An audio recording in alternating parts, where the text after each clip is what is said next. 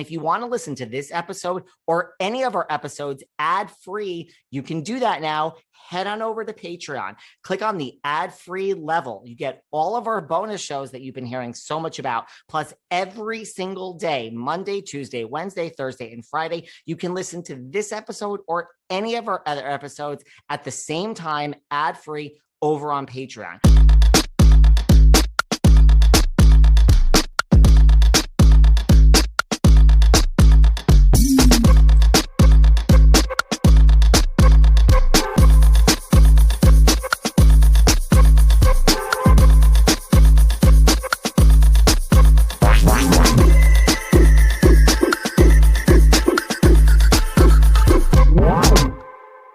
Hey everyone, this is David and we are back behind the velvet rope.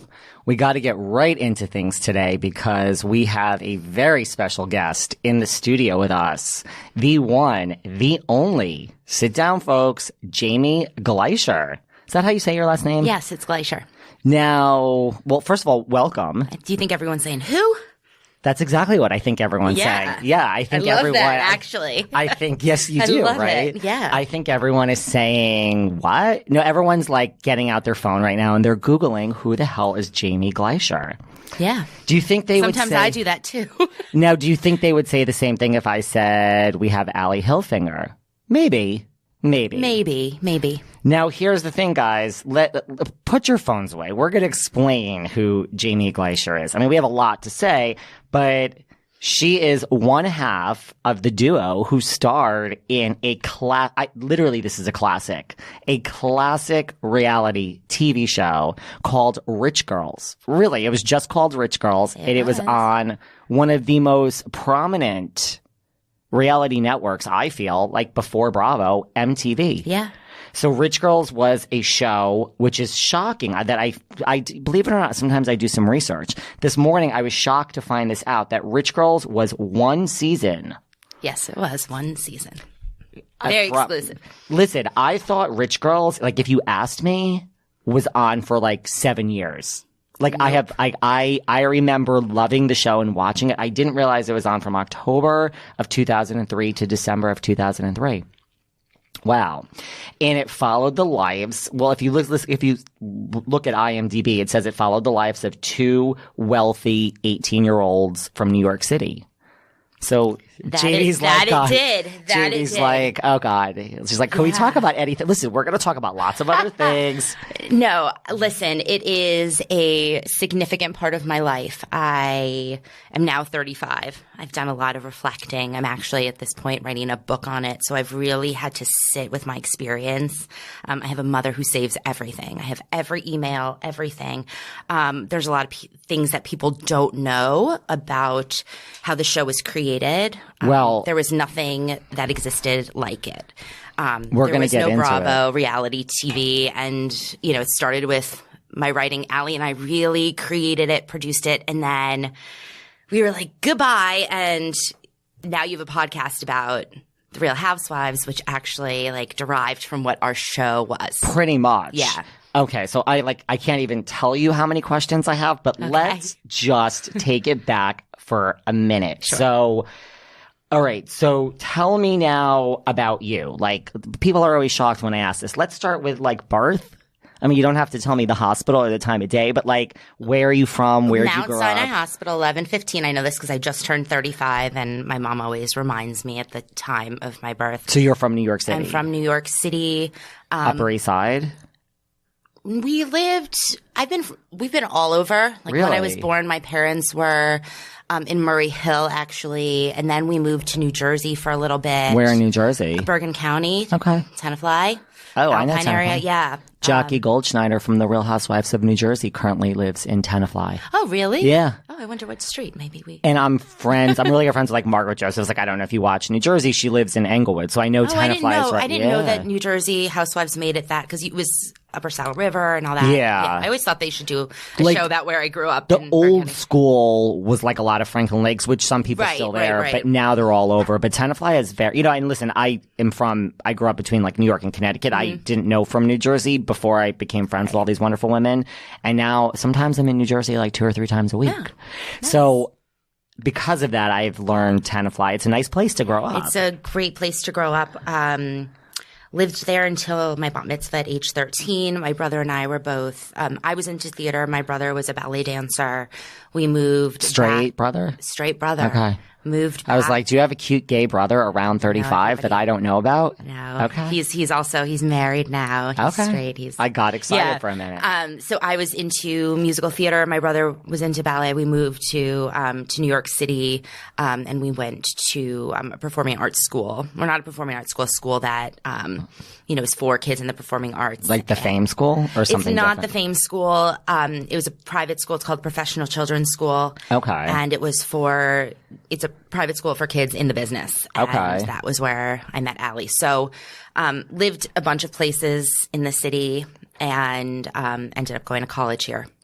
So, okay, yes. So you went to this high school. So when did you go to this high school? Like, were you freshman? Like, I went from my sophomore year to my senior year. And I was in another private school before that. And so were you commuting into the city from New Jersey? yes, for middle school I was. These are the minor details that I need to know. Yeah, and it was awful. I was like Really? bullied on the school bus. It was so awful. Really? Yeah, and then I found professional children's school, and And this is where awesome. you met Allie. and this is where I met Allie. We were both incoming sophomores. So you were both incoming sophomores and you became friends and you met other people and you became friends with other people. Yes. And you're living I think would think some people from New Jersey coming into the city every day, this is like the big time to go to high school. No, not. Well, we not moved. I really. wasn't coming in. Oh, okay. No, I Oh. went to a private school up Got in you. the Bronx, in Riverdale, and then we moved to New York so that my brother and I could both pursue our careers and our interests. That makes sense. Yeah. And then how do you... Okay, so you meet Allie and your friends, and how does Rich Girls come about? You're in high school now.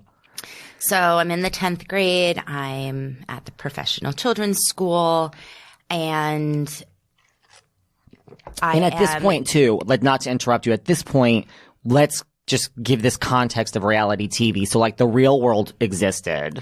Right. So The Real World existed. My Sweet 16 on MTV, that show. I thought existed. Oh, maybe no, not. no. Oh, really? That was also kind of a spinoff of us. Yeah. Oh, the wow. only thing that was really out there was the Osbournes Okay. and Newlyweds. Okay, so really at this point, for Ashley all of you... Simpson's show came after mine. Same producer. We actually got the team from the Osbournes. And there was no Bravo at this time. No, was Queer Eye? was Queer Eye? Yeah. I don't... But maybe. it was around the same time. I remember after I did my show, I would party with them. But also, Carson and I would both go on, this is really not even I don't want to say pre-internet, but we would go every, I think it was either Wednesday or Friday when all the weeklies came out. Yeah. And we would go to this newsstand in my neighborhood and we'd meet each other and be like, oh my God, what are they saying about us this week? No. Yeah. I can't. Yeah. So it was really, this was really back old school. I always say, thank God there really wasn't social media, but there was a lot of, online commenting. There was Gawker.com. And for all the millennials out there, just to put this in perspective, about how impactful this was. The Osbournes and Newlyweds on MTV were two, ridiculously huge shows. Right. The numbers, the ratings were huge. The Osbournes was they were just such great shows. Everyone watched the Osbournes and everyone watched Newlyweds. So you were at the equivalent of a Bravo. MTV was the place to go for reality TV. And how it really came about was, Allie and I had this incredible, funny friendship. We were both very, very ambitious in our own different ways. I'm a little more bookish. She's a little more creative, or at the time, right? And I had dealt when I was younger, when I was a little kid, with depression and struggled with my weight. And I was always, very studious, very smart, always a writer. And, my life looked so great. I was on student council and like on my way to a top school, but I was also hospitalized for an eating disorder. I was, doing drugs when no one could see. I was self-harming. Like I really was in a really depressed, anxious place no one knew. And at the time, I was obsessed with watching Sex and the City. Okay. And there was a film that came out called 13 with Evan Rachel Wood. I remember and Nikki that Reed. movie. Yeah. I didn't remember that Evan Rachel Wood was in that. Yeah. Oh. And I identified so much with both Sex and the City because it was this colorful Manhattan life and it was so fun, not in the sex way, but like walking around the city with your friends, going to great brunch places. I mean, look, it put like cafeteria on the map. The Fendi, the Fendi baguette, Magnolia cupcake. Yeah. So that was like half the life that I was living in the city. And then the dark side of me was this 13 where I was really incredibly depressed. And I started writing about it. And like just in your own journal, but I wanted to. I've always been a writer ever since I was little. Okay. It's always been like my coping skill, my passion, and I started writing like a young adult novel.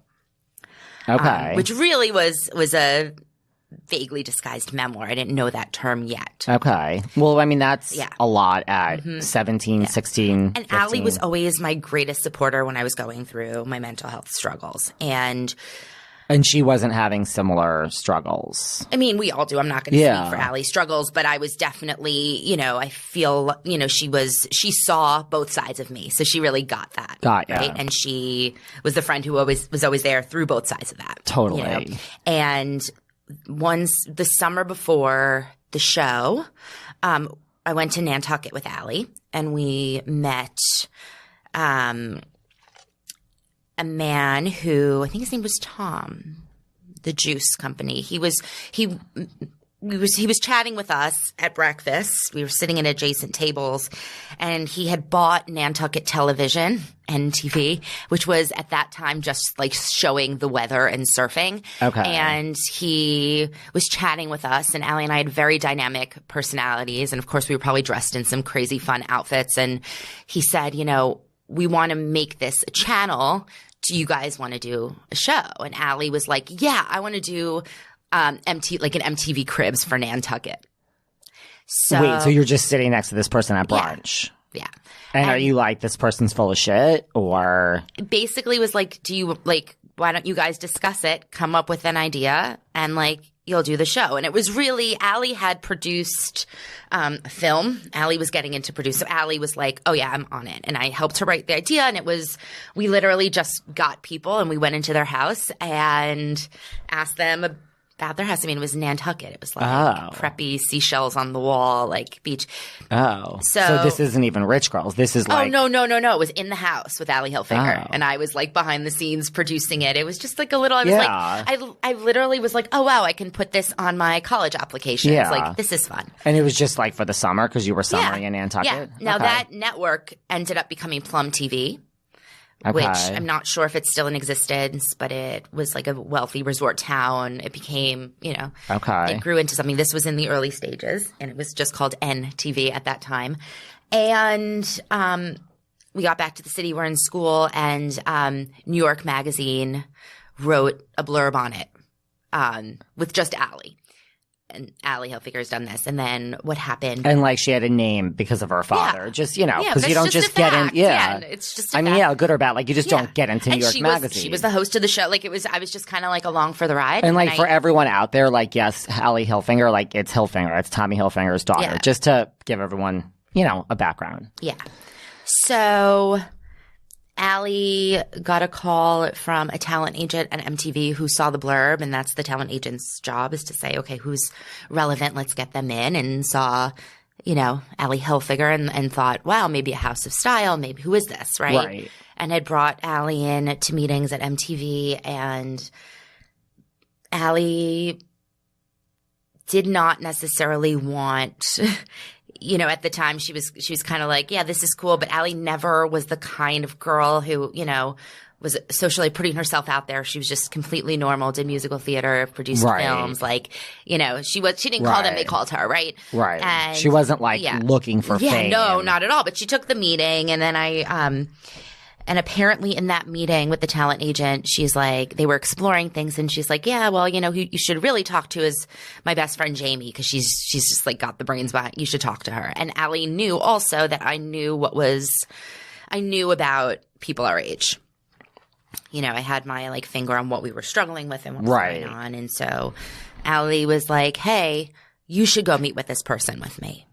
And at the time, it was also, Allie and I were inseparable. It was like, Right, like, why not? Attached at the hip. And so I went into a meeting a couple weeks later with Allie and this woman, Wendy McSwain, and we just hit it off. And she's like, do you have any ideas for the network? And I said, well, I'm writing – this book, which is almost like the secret lives of New York City teenagers. Right. Here's the first page. And listen, I mean, there was Gossip Girl, a scripted show after this, and there was New York City. So this was like Prep. A real life Gossip Girl, only the Gossip Girl level of, Allie and I weren't on Fifth Avenue. We were, a little grittier. We weren't. Right. Because it made it out. We weren't really ostentatious, Yeah. And Gossip Girl was not even on TV. It was just the books. It was just the books. Right. So I gave Wendy the first page of my book, and she said it was like the best one sheet she had ever read. And I was like, well, what's how old the one were you? sheet? Like 15? I was 17. Right. So most people don't have a chapter at 15. What's a one sheet? And then her boss, the executive vice president at the time, Rod Isa, he happened to be in town from LA, and she called him and she said, you have to read this, get down to my office. And he read it and he was like, this is the best one sheet I've ever seen. And I was still like, what's a one sheet? Yeah. I knew it was good. I knew like it was the great like intro to the book, because it was like, it outlined really who I was, that I wear designer clothing and this and that, but like, I have bulimia and I'm, really struggling, but I have to put it together to get into college and all this stuff, right? And then the show, it just kind of evolved. Like they said, here's our idea. Like, let's have it be about the two of you. No, not at all. So they loved it. They loved the idea. And then my vision from it, and I have all these old emails of what I wanted the show to be. I was very into documentary film, and I believe at the time True Life was on. True Life was definitely on. And so I wanted like a True Life like that. Right. Or some sort of documentary. I've always been, believe it or not, from what's out there, like very intellectual. When I was in the 10th grade, when I was struggling with my eating disorder, I became very into women's studies and reading Naomi Wolf and Elizabeth Wurtzel and really, trying to uncover like what's wrong with society that's causing all these problems, because I was not the only New York City teenager that had this other side. Right. Right. And keeping it like, we had to keep it all together, but a lot of us were crumbling on the inside. I think I actually use that term in the. I mean, and that's, there is something about like how New York City youth grows up with wealth. There is this stereotype that there then is like drugs and fast partying, and like you have like a Bethany Frankel who was like at the clubs at like 13. Just there is something there. Yeah. And it was almost, if you look at Sex and the City and the movie 13, it was like those were the two parts of my life that were coexisting. This like very dark in my bedroom kind of screaming, crying, and so when MTV was like, let's make this a show, a reality show, but it didn't even happen like that. It wasn't even like a reality show. It was like, what could this become? It wasn't like there was a genre, right? It was reality television, but it wasn't so defined. Like today, if you're like a reality show, you have so many different genres and shows. But so they had asked us to take a camcorder and show us. They gave us a camcorder and they were like, oh no, they didn't. I think we might have used my mom's until they gave us one and they said, record your life. right? Nowadays, you could do it with your smartphone. And everyone's doing it on their Instagram story, right? So there's no contracts or anything. They're just nothing. Like, go out they and said do just your go life. see because, and again, Allie and I are incredibly ambitious. Allie had been on Broadway. Allie had done a film. I wanted to be on Broadway. All I want at this point is to like get into my dream school, which was Barnard College. I'm like extracurricular, something with MTV. So you went and recorded your life. So we went and recorded our lives and our friends and this and that. And you brought it back. They're like, this is great. It wasn't supposed to star Allie and I. We wanted to be the producers of it. Okay. The name of the game for us was producer. Which right? is really that's a what great we wanted. way to go for and a lot of people. And I think that's important. I think it says who Allie and I both are and how that almost like a game of telephone, we became known as something else, but we just wanted to produce something. So you bring it to MTV. It kept getting greenlit and like another step in the show. Hey, we'll do a pilot. We couldn't get our cast of characters. Our friends were into it, right? Yeah. Their parents, nobody would sign a release form. Right. I do believe MTV really wanted the two of us from the beginning, of course. Right. You know? So everyone's not even parents just were like, you're 14, you're not doing a reality. You know, whatever it is. Yeah, we had some 14-year-olds, we had some 18-year-olds, but there was nothing to compare it to. And, you know, a lot of our friends also were wealthy and private and, you know, no. So long story short, and long story meaning like my book's at 300 pages and not finished yet. Yes. MTV offered us a green light if we were the stars and we were producers. And we would have the Emmy Award-winning crew that had just wrapped the Osbournes.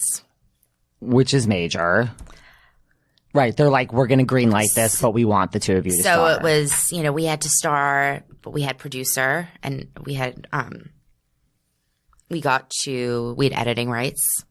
Which is unheard of. That's unheard of. And I talk in the book about how that was very strategic on them to get us to do the show. And also there was some manipulation in, you know, hey, keep this in. It might win an Emmy Award when Allie and I were uncomfortable with something being in the show. Right. So you guys both agreed. Your parents agreed. Yeah. Contracts were signed. And it happened really, really fast. You know, we had both in the process of doing the pilot and all that turned 18.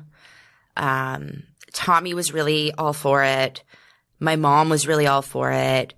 My dad kept like smiling at I think they were just the only ones who like really understood like what it was. Right.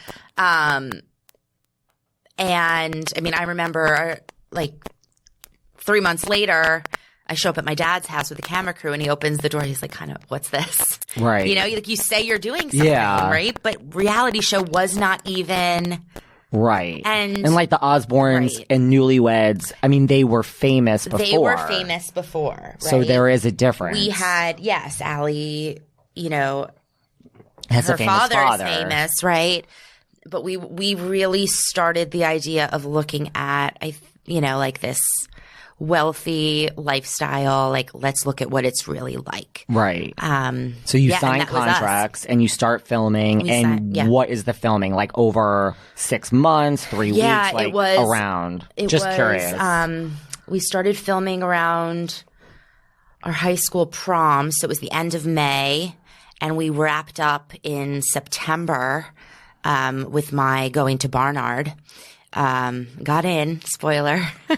Yes. And you did. The camera crews followed me there, and that was, I think they followed me 1 week into college, and that was early September, and then the show came out. I believe it was right before Halloween. We were in LA, 28th, I think, of October 2003. So like during filming, were you guys like, okay, this is what we expected? Or were you like, oh my God, the cameras are here? Oh no. Like how so? Not at all. I mean, little things, you know. I mean, they filmed us 12 hours a day, 6 days a week. We had 1 day off, which was Monday. I mean, that's similar to like Housewives now. Yeah. You know, you're wearing a mic pack.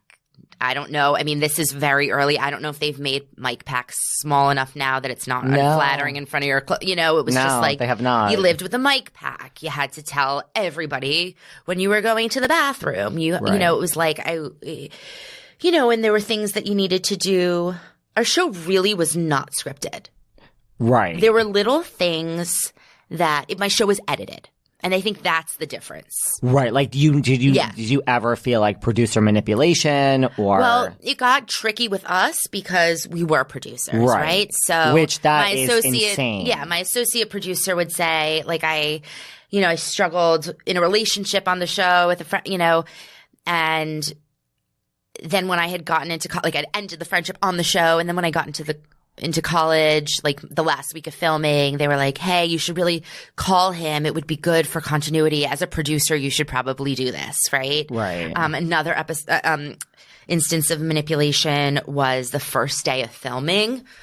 We met at the MTV offices. It's like a hurrah, hurrah, let's go. Right. And they wanted to incorporate my writing into the show. So for the pickup interviews, they were going to show me writing and that we read from our journals. Like, that was something that I loved about that. Right. Not sure if Allie was so thrilled, but that was me, that I was always writing and like here. And our morning of gift was a Louis Vuitton journal. Like, I wouldn't have been – I wasn't that ostentatious. Like, I wouldn't have been writing in a Louis Vuitton journal. I'll take the Louis Vuitton journal. I still have it. I with love Louis. With all my journal stuff. Everyone who listens to this show knows I'm all about the Louis and the Gucci. Yeah. So thank you, MTV. But that's what I mean. And then was there like, hey, you guys, this is it. Well, you're going to be famous. Well, you're going to be, richer. So no, not necessarily. I mean, So that morning, too, so they give us the Louis Vuitton journals, and then Allie and I were going prom dress shopping, and we go downstairs, and there's a limo waiting for us. And Allie and I were like, we're not taking that. We don't ride in limos. Right. Right? And they were like, well, in order to fit the camera crew, we have to get a limo, which was a lie because – camera crews make it work. If you're in a cab, they make it work. Right. They wanted it. They wanted the visual of the two of us. So the first episode, we're driving around in a limo. Allie and I were mortified. Like, that's not – we would never, ever. We were, like, taking the subway and walking and this. And so, there was a lot of stuff like that. If we have to make it – we have to give the people what they want. Did the show have a working title at this point that they shared, or was it right from the beginning? The Allie and Jamie Show. Okay. The title was something that happened towards the end. We were told that we had privileges. Allie and I would spend nights brainstorming the titles. They turned all of them down. And one day, I looked at the call sheet, which I wasn't necessarily because I was on talent, so I wasn't – and it said Rich Girls on it. And I remember – Did you go crazy? Yeah, there was nothing at that point to do. We were – Allie and I were, oh, my God, I can't believe. Were you guys, mortified? Yeah, it was mortifying. It still is mortifying. David, I met you, and occasionally I'm recognized occasionally, right? But what I get – so David and I'll tell everybody, we met at our friend Orphe's show, and we were backstage. Orphe and Andy Carl, who are Broadway legends. For all of you who listen to this show who only know about reality TV, believe it or not, this audience is very diverse. So go to the theater. Yeah. So Orphe is a legend, and her husband Andy Carl, and they are a Broadway power couple. They're incredible. And I know her through Kim D, who I don't know if you know. Kim is on The Real Housewives. She was on The Real Housewives, so she's a very good friend of mine. I know who Kim is. And she knows Orphe very well. So we were backstage. Orphe and I met through our dog rescue, but Orphe actually knows which one? I was wondering how you knew Orphe. No, but also she's friends with the associate producer of Rich Girls. So is that how you met her way back? Or just recently? Just a couple years ago. Wow. Yeah. Yeah, so we met backstage at Orphe and Andy Carl's show. Yeah, and you were like, hey, you look so familiar. And then you thought that I was Girl with No Job. I did. Claudia, right? Oh, my God. I totally forgot that. Does it? Because you look like her. Yes. Actually, we went to the same summer camp. But really? I don't know her. I was older. You do look like her. I think she's great. But it happens when people are trying to place me and say, oh, you look so familiar. and this isn't a tangent, it has to do with the title. I know exactly where you must know me from, right? I mean, you're with Kim D, like I know, but I can never ever tell someone, oh, I was on Rich Girls. I'm not the kind of person anymore to even say, oh, you must have seen my show. Yeah, because you didn't really say that. I don't do that. You kind of checked me and were like, well, I mean, you said, who do you think I am? Yeah. And well, I was like, no. Yeah, no, in like a nice way. How do you think we know each other?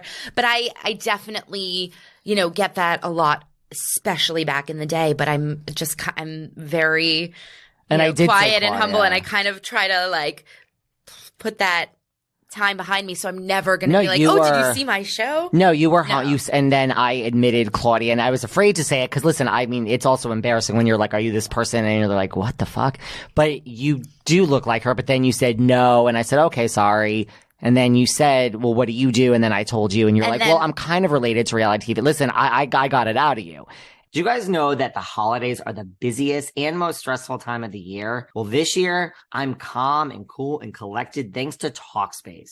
Talkspace offers both therapy and psychiatry right from the comfort of my phone. I can reach out to my provider anytime, anywhere. And let's face it, there's a lot of family involved during the holiday season. Well, listen, with Talkspace, I'm able to talk out all my family issues. There's no more need to commute to appointments and miss time at work and line up and wait. It's right from the comfort of your own home or phone from wherever you are. It's mental health care made easy. You just easily sign up online and you get a personalized match with a provider that's right for you. And you don't have to wait for that. That usually happens within 48 hours. As a listener behind the Velvet Rope, you get $100 off your first month with Talkspace when you go to Talkspace.com/velvet. To match with a licensed therapist today, go to Talkspace.com/velvet to get $100 off your first month. That's right. Talkspace.com/velvet. And I think then you said I was on this show. Yeah. And as soon as you said Rich Girls, which listen, a lot of people would say what? I basically then had like a breakdown. And I'm like, oh my God, I'm dying. And now you need to come and sit down behind the velvet rope. Yeah. And you're like, really? Yeah. It was so long ago. No, you were very humble. And I was like, no. This is like the granddaddy of... Listen, there's a lot of granddaddies of reality TV. Absolutely. But I mean, also, like, okay, it's literally Gossip Girl was a scripted show, which came later, way later, but that was similar. And there is a Bravo show, New York City Prep. Oh, that was after us. Yeah, that's what I mean. Like, these were all after you guys. You were technically the same exact story. NYC Prep is actually very cute. That was...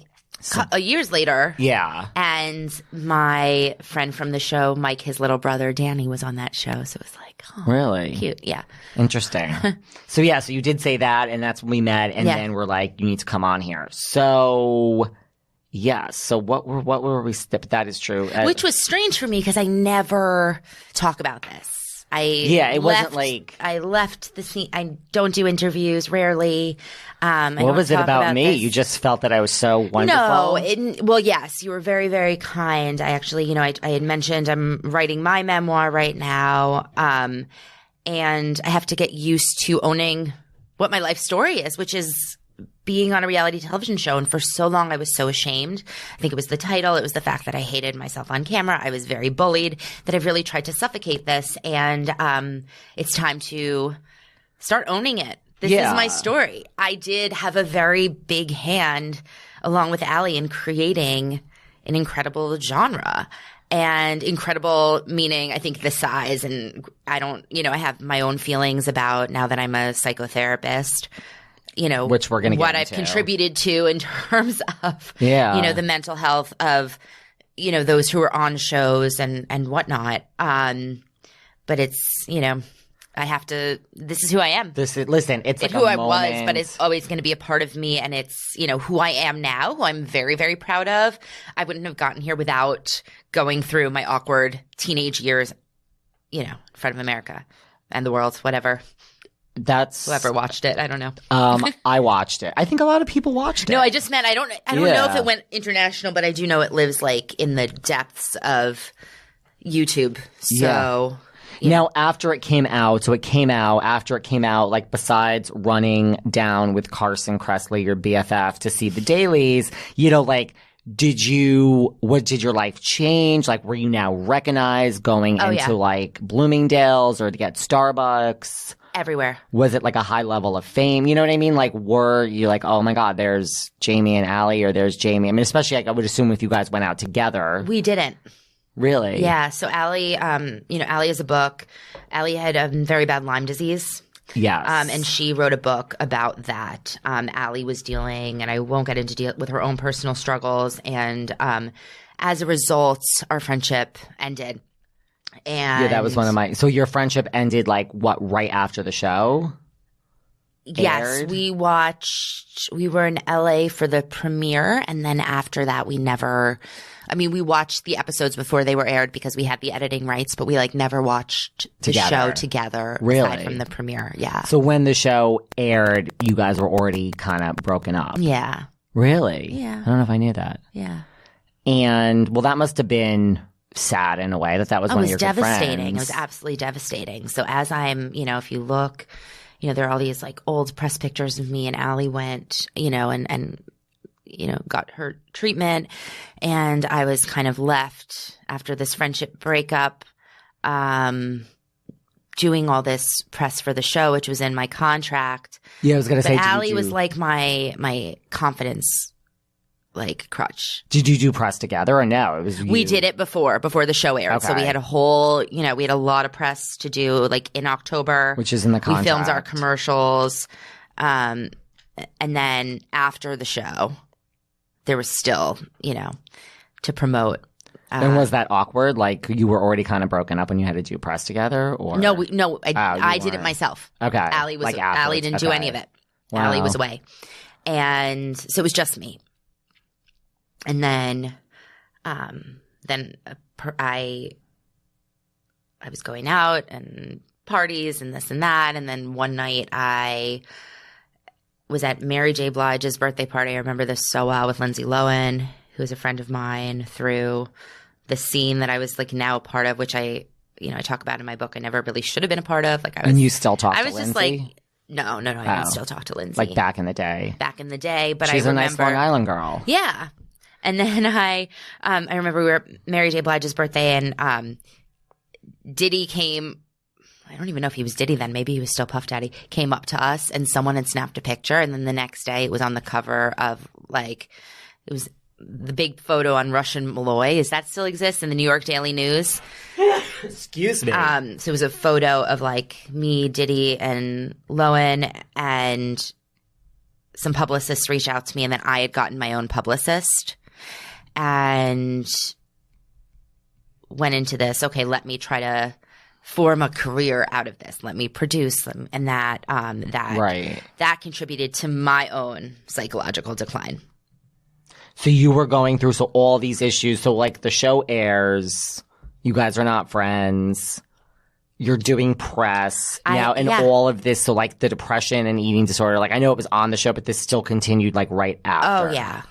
Throw in, substance abuse, because I have to, I was very, very, I would read the comments that people would leave on websites. Oh, they're horrible. And so much of it had to do with my appearance. In fact, when we were doing the show, I very badly wanted to talk about my eating disorder as I was going through it. It was a huge part of my life and my recovery.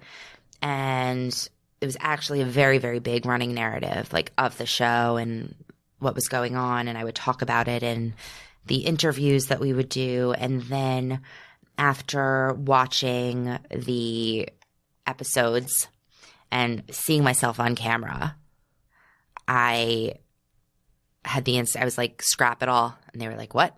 I was like, and that was really, part was the part that I think was very much me. Like I wanted to help someone by doing the show. I wanted other girls to see. Well, we're going to get into right? that in a minute too. I said, scrap it. I cannot be talking about having an eating disorder, like looking that. I mean, this was my own, real illness coming out. And it was actually, I think, a really, really good thing that I didn't at the time. I don't think that I could have handled it. But I was reading messages online, Jamie's so fat, she's so ugly, she should just kill herself. Like really, really, I mean, we're talking and can you imagine now with social, it's horrible. It's awful. So in order to get out there and be on a red carpet after reading I'm fat and this and that, I was doing drugs. I didn't feel like it was torturous for me. Right. And so the show aired and you're going through this and now you got into Barnard, which we saw on. So the show aired from October to December. Were you now in Barnard? I was in Barnard. Okay. I was in Barnard. So I did you my were whole going, first because semester. Barnard's not easy to get into, people here. No. And we have a quote later about that. Well, we have a lot to get to, even though I'm watching the time, everyone. Okay. But tell me to shut up. No. This is all, so you are in Barnard, but now you're doing press. Right. So and then you now on red carpets? Like, were you going to Diddy's party, Mary J's party before all of this? No, this was all you get on a hit show and then your life does change. And no, I was not going to any of this before. I mean, I would go. But once you're on a show, the invites come. That's how it works. Mm-hmm. So you were at Barnard. Especially after, I'd gotten my own personal publicist. She'd basically come over with this boat and be like, what do you want to go to this week? And that's how it works. Yeah. And I was like, are you kidding? Yeah. But you're on a show. I always felt like such a fraud. Really? Always felt like such a fraud. And when you were in your classes at Barnard, were people like, okay, well tonight I'm going to, the local Columbia dorm party, and you're like, well, I'm going to Mary J's party and I can bring one of you, I guess. Yeah, and sometimes that's what happened, right? Okay. I gotta say, this is what I did live go to for. the local college bar. Right. Yeah, it was a very strange time. So did you by ever... second semester, I decided to take a semester off to pursue my quote unquote career. Well, that's what I was going to ask you. Were you tempted by maybe the fame, maybe the potential money, and did you ever think of leaving Barnard? This life is great. Never leaving Barnard. Okay, but a break. So I did take a semester off. And try to pursue what? Acting? So, no, they wanted me to do my book, right? Thank God I didn't, because now I'm in Barnard and I have all these writing classes to take, which is why I went to Barnard. I'm like, wait, I'm not putting a book out, right? I just did a show and it was the best decision I ever made. There were agents and publishing houses who were like, well, ghostwrite. I was like, absolutely not. I will never, ever have a ghostwriter for my book. People were wanting to capitalize on it. I was signed up to do a t-shirt line, the silliest t-shirt line. I'm really very lucky that a lot of this, this is how it works. I broke down and ended up going into a hospital. I'm so glad that I didn't. I really would have been shortchanging myself. The publicist was getting me to go to Africa with the Red Cross, because it would be good for it was so at that time it was because it's the thing. Oh my God, they're making me into, and nothing was authentic about it. So I had taken that semester off to work, and really what that was doing the work but not really being in the work. And then did Rich Girls not come back because the ratings weren't good, or because you and Allie fell out? Mm-hmm. That's really the main still reason. To this day don't really know what happened with it. Allie was very sick. It wasn't happening. I don't know if someone on that end put the kibosh on it. I do know that that the ratings were great, and I was upset. I think it was a great show. It would have, right? But then from us, Laguna Beach, the Hills, So they took the idea, Sweet 16, all of that came after us. While there was never, I don't think there was ever an offer, because I think Allie and I had made it very clear to them that The Hills is this show with a lot more characters in LA per se. Yeah. But the city, all of that. But really what came after us was Laguna Beach. Only Laguna Beach, they decided to film a television show with hair and makeup, with all that stuff. And we know how that turned out. That was a huge, it was huge. We were, no hair and makeup, nothing, Right, the real deal. Our camera quality was not, it was very interesting. We were very very bare bones. I thought Sweet 16 came before this. So that is a byproduct of this. Yeah. as well.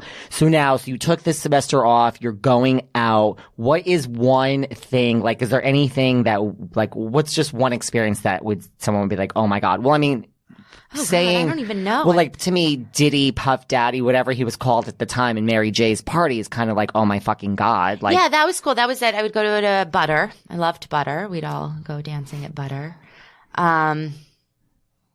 And you were, in with the other reality stars, the Carsons of the world, if you will. Yeah, I mean, it was a crazy, crazy time. It's interesting because most of my book is done, and this is the hardest part to really write about also because, like, and I appreciate you talking, because I know this is like something you don't talk about. But there are a lot of people, even with the Ally stuff, like, our story is so intertwined, but her story is not my story to tell. Like, she wrote a book, she spoke about, the end of all that. But I'm not telling anyone's story. I'm not there were and then during this semester off in this fabulous life and Red Cross and all this PR that didn't feel like you then what? Checked yourself into a hospital during this semester off? For depression or no, I went back to Barnard thinking that I could do it in the fall, and then I ended up leaving because I was just so sick. I mean, I have crazy story, like really like terrifying, traumatic stories. I had a Me Too moment, incident, traumatic event that happened. Right. That will all be in my book. There's really dark stuff. And then in the hospital, I was, contemplating suicide very seriously. I'm very lucky in many ways. I was very reckless. With drinking or self-harm, that I'm actually in my eating disorder, that I'm still alive, and I made it through. I was very, very sick. And going for this help, like, it helped. You figured, I mean, I'm not saying this happens overnight. It was a process. Yeah. But you were able to come out the other side of it. Yeah. But I also had to come out the other side and not go back into this world. Yeah. I had to, it was not good for me. And I'm very, very... You're lucky that I was able to say, because, you had asked, was any of it of course, fame. It's a drug. Is addicting. It's a drug. It is the most powerful drug. Yes. There was such a high, if you'd be on a red carpet and people would like want your name, right? But then there was like shame if someone else came and like, or they didn't want you, or you walk out of a restaurant and like you see paparazzi there, and like 2 months later they would shoot you, but then you walk out and nobody knows you. I mean, like that. They want you until Nicole Kidman. Like that just fucks with your head and your self-esteem and your self-worth. And I know it sounds, but it's it's one of those things that like. And those people don't know you. They don't know who you are as a human being. They don't know who I am, but it was just like, this feeling of like, wow, the pinnacle of me was when I was on this show and my star is just fading. But like, I'm 18. Like, I had just become an adult. I had no other accomplishments or anything. It fucks with your mind. This. Yeah. And so I just, cold turkey, like, that's it. And a lot of that also felt like the world saw me as a failure too. Right. Oh, she was, not good enough, or this or that, or no one cared about her, or not cool, whatever, all that dialogue in my head. I could not be in it. I could see that. And this, I mean, I did feel like I needed to check myself in and go away for months in order to get out of it, because the temptation was like so great to just drop everything. Right. I could see all of that, and I do think fame is like a drug. So you did all this. It was a process. It did not happen overnight, and you came out the other side of it, which is amazing. And then you're still in Barnard, graduate from Barnard. So I take time off from Barnard to a couple years, actually, 2 or 3 years, to focus on my mental health, get myself together. I did not. It's really interesting. The only real interview I've given about this show was a couple years ago to Barnard's part of Columbia University, to a magazine that they do. And there were actually rumors online that are like still there that say like, did Jamie drop out of, like, was Jamie kicked out of Barnard? She must have been so stupid because the show edits stupid, Right. And no. Absolutely not. I took the time. I felt like it would be when I started Barnard, when I was doing the show, right? The person I was when I applied to Barnard, before the show, we started doing the show, and the person, which was in the fall, then the show was, conceived, and then it was filmed, and then Barnard, I was a completely different person, and it would have been such a disservice to stay at Barnard while I was quote unquote like rich girl Jamie. Right. It just was not who I was, and so I really needed that time. Went back to Barnard, Graduated. and you always knew you wanted to be a psychotherapist. absolutely not. Really? Oh no. My gosh. I have been in therapy since I was in kindergarten. There, in no way, shape, or form was that ever an idea. It wasn't even an idea when I was like hospitalized and in psychiatric hospitals. But one day. Well, I'm a writer. I love writing.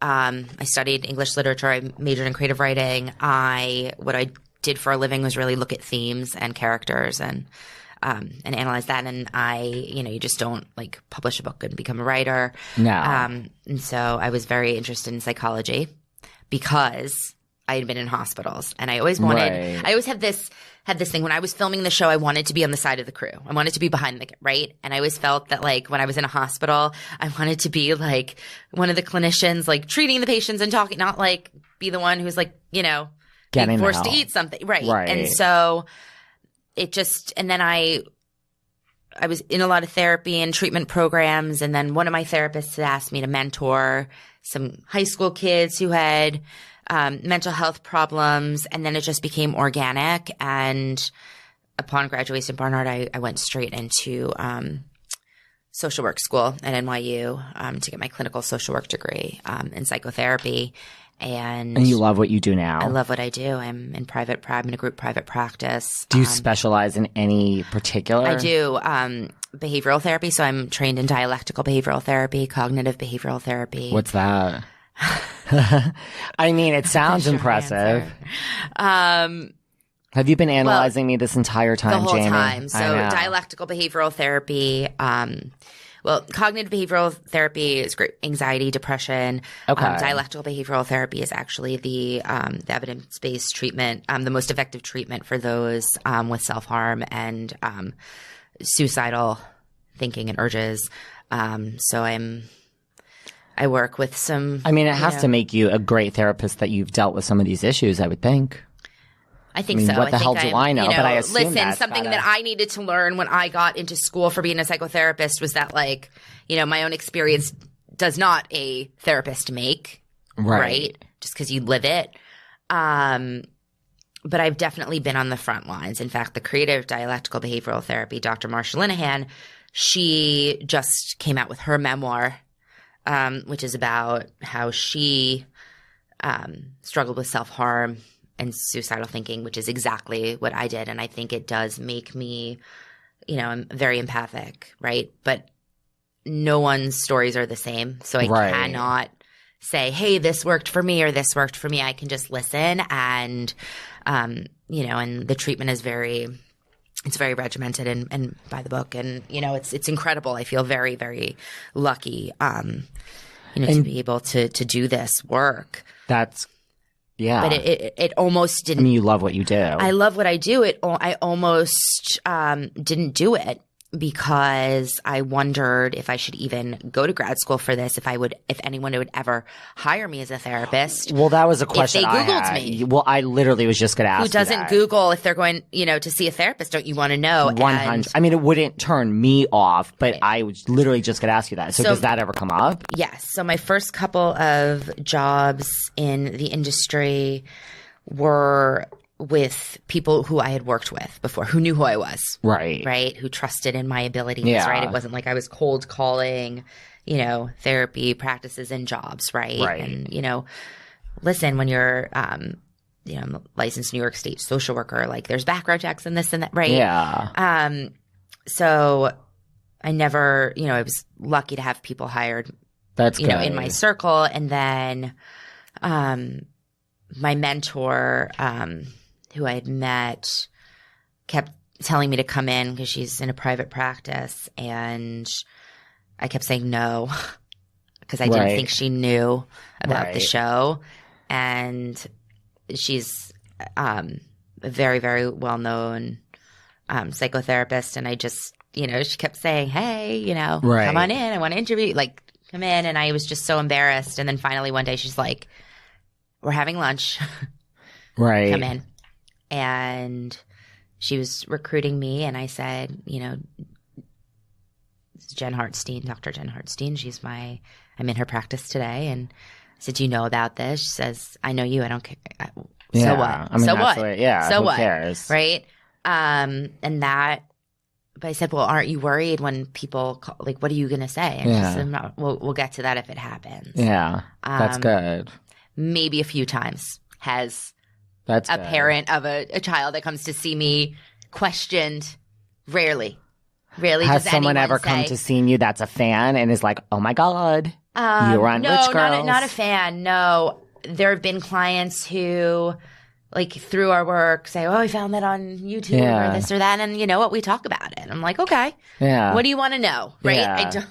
And I'm happy to talk about Yeah. it to the extent that it benefits them. Yeah, of right. course. I've had some clients who actively seek me out because they know that I understand, Certain issues. And today. And if it works against me, those are probably the people who don't call. Right. And yeah, I mean, I would think it's been long enough that year, but it's just that was my natural some question. clients, they, when they bring it up, I think it's, change is the only constant. And I think what better example than like you can become, you can, end a behavior, end a career, and find something new. I mean, I'm very, very proud of that. You're a good Where Are They Now reality TV story. I guess I am, and you got me first. I seriously, I feel so. See, like, people are always like, "How do you book your guests? How do you?" And I'm like, sometimes you just got to go out at night and have a drink. But I actively, I don't seek that out. I don't seek out the Where Are They Now. And you didn't. Listen, I'm the one that pushed you right. into a corner backstage at the Orphe in the dressing room and said, the team behind, And when you said Rich Girls, I said, I'm going to be in touch. And you're like, okay, whatever. And then you didn't realize I was going to follow up like 10 seconds later. And then I later. look at your Instagram, I'm like, oh my God, he's a big deal, Right. Thank you. It's time for me to, get back out there in that way. My book is, everything's out there. And that's good. And you don't watch reality. The team behind my book is very much so like you got to start, reminding people who you are, You don't watch reality TV now, right? No, I don't even have a television now. You know what? You're better off. I did watch it for a while. The old school New York Housewives. I loved Beverly Hills, like the first couple seasons. Quite honestly, my television started like breaking, and people kept coming to fix it, and I was like, to go in New York City to like go buy a television, then you got to get it shipped in a building, get it hooked up, and this and that, and I was still getting like my cable bill, which was like $250 a month, and I was like, I'm just not going to have a TV. At the time, there was Netflix and Hulu. Like, I didn't need a TV, so I don't have a TV. I do watch, but no, I don't really watch reality television at all. That's good. Yeah. I have three very quick closing things. Okay. Now, right. I'm cringing. I see know. your phone. Listen, you have to humor me. You have to humor me. All right. But listen, there's some of these are very fortuitous, so I'm not going to read them all because a lot of them are Allie. But this is in 2013. 10 years later, BuzzFeed did a list. The 19 most ridiculous things said on MTV's Rich Girls. Allie and Jamie. Now, I know you're cringing. Like I said, you have to. No, it's funny. Me. You know what? I'm able it's now. Funny with life. Like it's funny, and I'm happy to explain. We were 18.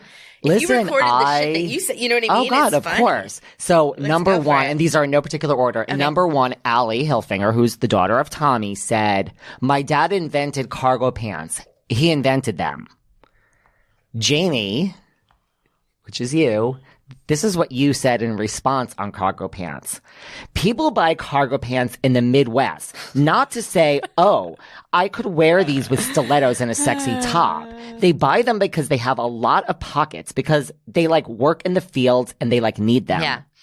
Yeah, that'll never let me know. So I just listen, I just tell you. Number, So there was also I think element. Hold on, there was I don't mean hold on, but we were also producers, and we knew that being silly and saying stupid shit. By the way, that was in the Hamptons, and definitely had a drink in me. We weren't supposed to show it, but we would order wine and put it in, So can't say I was completely sober during that moment. But Jessica Simpson did the chicken and tuna. Yeah. And that, it went viral. We knew that that was the stuff. Right. Us being silly and not caring. I had editing rights, right? Right. I saw that. And I didn't, MTV's like, oh, don't take that out. It's funny, it's right? It's amazing.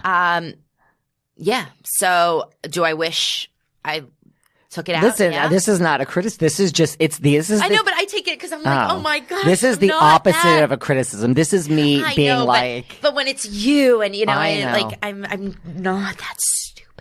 Can I? Okay, so we're not going to read all of these because there's 19. Okay. I'm focusing just on you. Okay, yeah.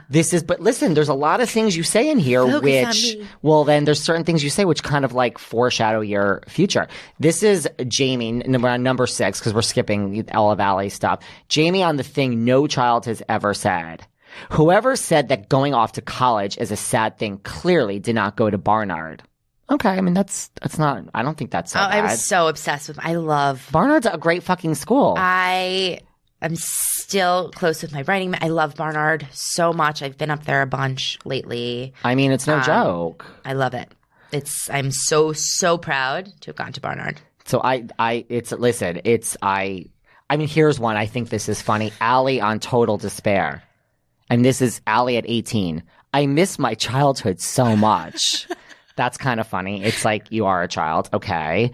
Right, but that was also Hamptons. A part of the show is that we were forced to grow up very, very fast in the city. Yeah. Yes, so I think there was definitely a part of us that both did. Here, Allie on life and death issues. What is more important, a pair of stupid shoes or a handbag or a life? Was that me or was that Allie? It says Allie. Wait, let me see the picture. There's a picture of Allie. But listen, this is BuzzFeed. I don't know if they fact-checked. No offense, BuzzFeed. I think that was me. Really? Okay. Or maybe, look, it's split. Yeah, and I'm not so sure that picture matches that quote. Yeah, I don't know. I think that was me. I'm not trying, I don't want to, It might have been you. Or maybe it was Allie. I don't know. But that was when we were talking about, our friend Lizzie, who's still my best friend to this day. I have to shout Lizzie out to her. Grubman? She just what? Lizzie Grubman? No. You see how excited? You see where my sick mind goes? No, my best friend Lizzie. She was our third. If you're familiar with the show, Lizzie was our third best friend, and Lizzie and I had. It was hard being a group of 3 girls on the show together. Lizzie and I are still best friends. Lizzie just had a beautiful baby girl. But we were doing charitable work in Ethiopia at the time. And I actually think we were genuine. I think we were looking at images of female genital mutilation and realizing how much money we were spending on things in our life that, for $500 pair of shoes, which is what really the good shoes cost back then, that we could actually contribute. So I think was a very genuine conversation. And, the world laughed at it. But I think it was actually a pretty beautiful moment serious. Where we were literally wow. I could see all that. We're totally jaded. Okay, we'll quickly do these before we run out of time. This is just kind of funny. Tommy Hilfiger this is just Tommy going through Allie's closet. What is this? You bought this from Ralph Lauren? It's kind of funny. Yeah, I remember Jamie's that. David, you're a shallow, sick person. No, but that was very funny. My aunt owned a store in Seattle, and we went to her store, and we found the runway. Ralph Lauren had done a ball gown skirt made out of denim, and my aunt had them in her store, and we got a huge – and we were we need this denim. I actually ended up wearing it in our press photo shoot, but Allie bought one too, and that was – well, let me tell you. Tommy was not happy. I understand. And then he followed up with this. Hey, listen, I couldn't see Ralph Lauren helping his daughter clean her closet, so you better appreciate this. Yeah. That's funny. Yeah. Jamie on her own genius. It's proof that if you work hard and you don't give up, you too can get into college. I think I might write a self-help book. See? This is kind of... I did not say this. You put the self-help. Look, a self-help book. Oh, BuzzFeed. Did I really? I have to. No, I'll follow up with you via email. Please. I can find that clip. And I don't think that I said anything about a self-help book. And this foreshadows and the I'm book. totally qualified now to write a self-help. As a psychotherapist, yes, you are. So. And then I just have to say, I mean, this one has nothing to do with you, but then we'll go back to the book and then we'll end. I mean, this is kind of funny, Allie, about getting on her private plane. I'm just like really, really grateful that my parents were able to provide us with the safety of having a private plane. It's kind of funny. I was grateful too. Those were some fun flights. So I just thought, self-help. Now you are writing a self-help book. Well, it's not a self-help book. I mean, there will be, like I think, elements of it that may help, but it's a memoir. It is. So you're going to keep me, you know what? You will come back on when your book comes out. When you finish it, you can come back on in general. Yeah. Two very final things quickly. One, do you have any interest? This is for your own plug. Do you have any interest in talking about your other little side business? Yeah, this just happened. I actually bought you a present. So I went through, this was, you're the first guest to ever bring me a present. Well, this is, I went through the worst 6 months of my life for very, very many reasons. And it was the darkest. This is 6 months ago. And my best friend in LA, she's into crafting and started beading in a hard time of her life. And so I went out there kind of to escape for a week and get some TLC from my best friend. And she said, Jamie, you must sit down and bead. And as a therapist, I have so many coping skills and I know how to try to get my shit together. See, mine is just vodka. I mean, I'm good. I'm honest. It's coffee. We'll talk. I get it. Whatever. But I'm being honest. Yeah, as you should. No shame and whatever works for you. So, so I went through this really dark time and she, was like, sit and bead. And it was the only thing that got my mind off of what was going on and was, after work. And, I have a lot of friends who are very well connected. And I started putting the beads on Instagram, not even with the intention to sell, just kind of. I've been obsessed with rainbows since I was a child. Love a rainbow. And a friend in fashion saw it, and now I have e-commerce, and their stores are reaching out to me, and the line is called Live Rainbowfully, and it really is my love of rainbows and all things sparkly, plus I want to say my love of writing because I use letter beads, and I really try to make them either cheeky or from my therapeutic side, really encouraging. Right now I'm wearing Goddess, Healing, Love Yourself, Life is Good. What does that say? Oh, Sunshine and Rainbows, Over the Rainbow, Time to Fly. So all this. But I made you a very special one last night. Oh my God, I'm dying. And even though I don't watch reality TV, I did. You understand that I do. I understand what you do, and I actually think that you're not only behind the velvet rope, you are the most honorary housewife ever. So I think so too. So I made you this bracelet. Oh my God. Okay, guys, it's like a rainbow bracelet, and it says housewife. Swarovski and rainbows. Really? Oh my God. Yeah. Okay, you realize I'm actually going to wear this. I hope so. Oh my God. It literally, but I really think that if anyone does, you are, totally, I'm an honorary housewife. It says so housewife. I made you one that said housewife. I love it. Behind the velvet rope wouldn't fit on one bracelet. Listen, I would rather have it say housewife. So I love this. I think that you are totally part of their crew and that they are so lucky to have you. That's very nice of you. So I appreciate this. I will wear it. I'm going to take a picture. They picked a really good guy to go, to go behind the velvet rope. I think so. And thank you. Yeah. I think that it's been great having you. Wonderful. It's been an honor to, Hopefully this, you're going to come back on because this was a lot of fun. We can talk about lots of other things. We could talk forever. Yeah, we just scratched the surface. This, once my book, and it's, I have to leave some stuff. I could can sit here for the absolutely- next 7 hours, but then like the I mean, we can listeners. even do a thing where like I, so much we psychoanalyze can do. reality star. I mean, Ooh. I know we could have. Okay, wait. I just got. when we end this show, I got to tell All right, you. so I'll see you guys just soon. got- Apparently, I He just likes got my a great. idea. I just got a great idea. But in the meantime, where can we all find you so we can look at this lovely jewelry and just follow you online? So my name, Jaime Gleicher, Instagram has links to everything. Okay, I think that's a good place. I'm still in the process of putting up like my own site, the jewelry. The But Instagram is Instagram. at Live Rainbow Fully. Okay. With, 2 L's. And then And at Jaime Gleicher. you can buy the line on shoppietra.com for now. So everyone, go there. Remember, Go to Jaime Gleicher, Jaime Gleicher, and you can find links to my Live Rainbow Fully there, my Jaime the Therapist Instagram, and I'm also big into dog rescue. You can follow along with my zoo, which love is it. 3 three-legged dogs, one one-legged dog, and a cat. I love it. And for So- me, at David Yontev, you can book me on Cameo.